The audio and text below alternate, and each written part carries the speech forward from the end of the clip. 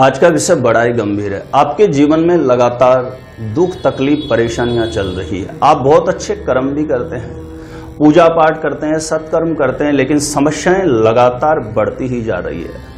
आप मन में कोई भी अच्छा काम सोचते हैं, कभी आपका हो नहीं पाता। आप लगातार निराशा और परेशानियों में जीवन व्यतीत कर रहे हैं। तो कभी आपने सोचा है कि इसका क्या कारण है? मैंने इस पर बहुत बारीकी से रिसर्च करके देखा है।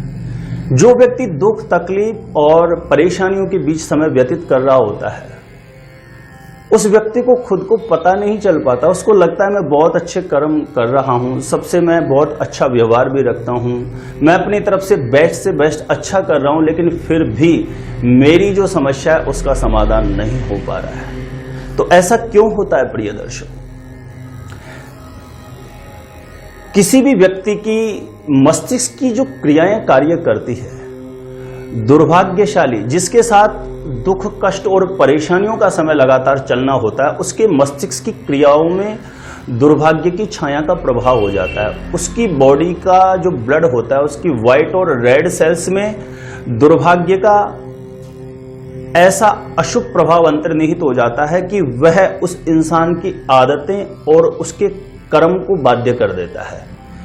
यानी वो चाह करके भी श्रेष्ठ कर्म नहीं कर सकता। दुर्भाग्यशाली जो व्यक्ति होगा, मैं भी थोड़ा सा क्लियर करूंगा कि हम कैसे पहचाने कि हमारे दुर्भाग्य की वजह से तो समस्या नहीं आ रही है। आप उसको पता कर सकते हैं। दुख और तकलीफ, परेशानियों में यदि किसी व्यक्ति का जीवन चल रहा है, तो सबसे पहले आप नोटिस करना, उसकी आदतें बहुत ही बुरी होती है। उसको खुद को इस बात का पता ही नहीं चल पाता। वो जो कुछ भी समाज में जो भी गतिविधियां करेगा, जो भी कर्म करेगा, उसके बोलने से लेकर के, बैठने उठने से लेकर के, खाने पीने का तरीका तक उसका इतना गलत होगा कि उसकी किसी भी व्यक्ति के साथ नहीं बन पाएगी। हमेशा एनर्जी क्रैश करेगी और वो इस बात को नहीं समझ पाता है, क्योंकि दुर्भाग्य बाउंड होता है। दुर्भाग्यशाली व्यक्ति को आप कितनी भी अच्छी सलाह दें, कितना भी समझा दें, आपकी बात को स्वीकार नहीं कर सकता। और मैं इन छोटी छोटी चीजों पे बहुत रिसर्च करता हूं। जो व्यक्ति ज्यादा दुख तकलीफ में है, ज्यादा उसका जीवन एक तरीके से बिल्कुल दरिद्रता में वो जीवन गुजार रहा है, तो उसकी आदतों पर आप फोकस करके देखना। कहीं भी चलते चलते थूक देना, बात बात में गाली देना, कुछ भी उसकी दिनचर्या इतनी राक्षस प्रवृत्ति वाली होगी और वो चाह करके भी उसको नहीं सुधार सकता। क्योंकि वो जब जन्म लेकर के कोई भी व्यक्ति इस दुनिया में आता है, तो उसके कच्चे चित्त पर जो ग्रह नक्षत्र की रेडिएशन की फ्लैश लगती है ना, उसी समय निर्धारित हो जाता है कि ये व्यक्ति किस दिशा में जाएगा, किस प्रकार से ये सोचेगा, किस प्रकार के कर्म करेगा। हम कहते हैं ना कि अच्छे कर्म करो, अपने आप अच्छा हो जाएगा। कभी नहीं हो सकता। कर्म करने की जो राह मिलती है, वो भी आपके प्रारब्ध से मिलती है, मतलब आपके भाग्य से मिलती है, जिसको किस्मत कहते हैं। मान के चले कि आपके प्रारब्ध ने आपको जन्मजात अपंग बना दिया, अंधा बना दिया, तो आपके कर्म करने की सीमा उसी समय समाप्त हो जाती है। और हमेशा ध्यान दीजिएगा, एस्ट्रोलॉजिकल हिसाब से इन चीजों पे मैंने बहुत रिसर्च करके देखा है। दुर्भाग्य यदि बहुत ज्यादा हावी होता है किसी भी व्यक्ति पे, तो वो उसको ऐसे कुल में जन्म दे देगा, ऐसे परिवार में जन्म दे देगा, उसके सामने ऐसी परिस्थितियां रख देगा कि वो कभी अच्छे कर्म कर ही नहीं सकता। वो जीवन में भौतिक सुख सुविधाओं का भोग कर ही नहीं सकता। ये उसके ब्लड में इनबिल्ट होकर के आती है ये चीज। और इसको खत्म करने का, दुख तकलीफों को मिटाने का एक ही जरिया होता है कि उस व्यक्ति को अपना डेट ऑफ बर्थ और टाइम बिल्कुल सही पता होना चाहिए, और उसको अपनी कुंडली का किसी अच्छे एस्ट्रोलॉजर से प्रॉपर कैलकुलेशन करवाना चाहिए, ताकि वो स्ट्रेंथ उसकी बता सके कि आपका दुर्भाग्य का लेवल क्या है। यदि बहुत ज्यादा गिरा हुआ है, तो उस ग्रह का, जो आपकी कुंडली के अंदर आपके भाग्य को प्रभावित करने वाला ग्रह, उसका उपचार आपको कर लेना चाहिए।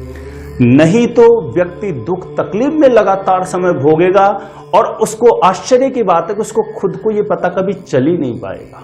उसका स्वभाव, उसकी वाणी लगातार इतनी खराब होती चली जाएगी, उसकी आदतें इतनी खराब होती चली जाएगी, उसको लगेगा मैं बिल्कुल सही हूं, लेकिन सामाजिक स्तर पर या पारिवारिक लोगों को लगेगा उसके साथ बिल्कुल बैठ के बात करने तक का मन नहीं होगा।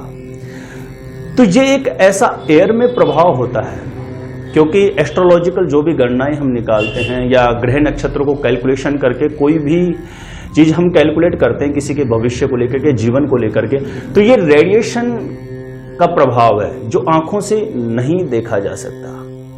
जैसे एक मोबाइल से एक टावर कनेक्ट होकर के अनलिमिटेड काम करता, उसी प्रकार से मनुष्य के मस्तिष्क से 9 ग्रह मतलब 9 टावर कनेक्ट होकर के काम करते हैं, और जिस जिस ग्रह की दशाएं चलती है उसी के हिसाब से उसका जीवन चलता है।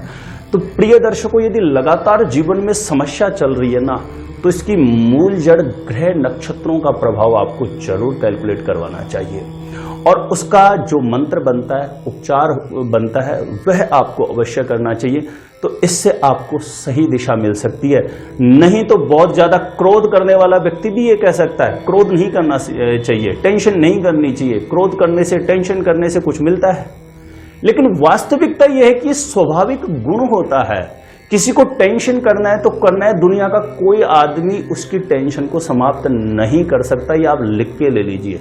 किसी के चंद्रमा की स्थिति बहुत ज्यादा वीक है और उस पर राहु का बहुत ज्यादा अशुभ प्रभाव है, तो ऐसा व्यक्ति का स्वाभाविक गुण है, वो छोटी छोटी बात पे टेंशन लेगा ही लेगा, छोटी छोटी बात पे उसको क्रोध आएगा ही आएगा, उसकी वाणी में कड़वाहट आएगी ही आएगी। आप उसको नियंत्रण नहीं कर सकते। आप कितनी भी अच्छी उसको सलाह दे दें, कितना भी अच्छा गाइडेंस आप उसको दे दें, वो कभी आपकी बात को स्वीकार नहीं करेगा। पल भर के लिए आपकी बात मान भी लेगा, तो वो जो ये प्रभाव जो है वो उसको मजबूर करेगा उस तरीके का कार्य करने के लिए।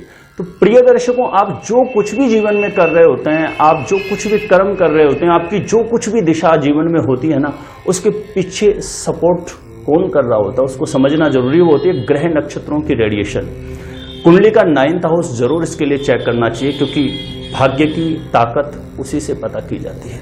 मैंने इस पर और भी वीडियो बनाए हुए हैं, आप जाकर के मेरे YouTube चैनल ज्योतिष गुरुजी पर आप जाकर के देख सकते हैं, और मेरे वीडियो आपको अच्छे लगते हैं तो आप मेरे चैनल को सब्सक्राइब कर सकते हैं। तो प्रिय दर्शकों, आपके इस वीडियो का सिर्फ इतना सा मतलब था कि आपके जीवन में यदि ऐसा चल रहा है ना, तो आपकी कुंडली को प्रॉपर आप किसी अच्छे देवज्ञ से, ज्योतिषी से कैलकुलेट अवश्य करें। आज के लिए इतना ही। किसी भी प्रकार की जानकारी आप मेरे द्वारा प्राप्त करना चाहते हैं, आप अपने बारे में, अपने जीवन के बारे में, अपने संतान के बारे में, अपने करियर के बारे में, अपनी जन्म पत्रिका का साइंटिफिक सटीक ज्योतिष विश्लेषण करवाना चाहते हैं, तो हमारी जो निर्धारित फीस है महर्षि पराशर ज्योतिष संस्थान की तरफ से, हमारी फीस पे करके आप हमें कॉल पर बात कर सकते हैं। आज के लिए इतना ही। धन्यवाद।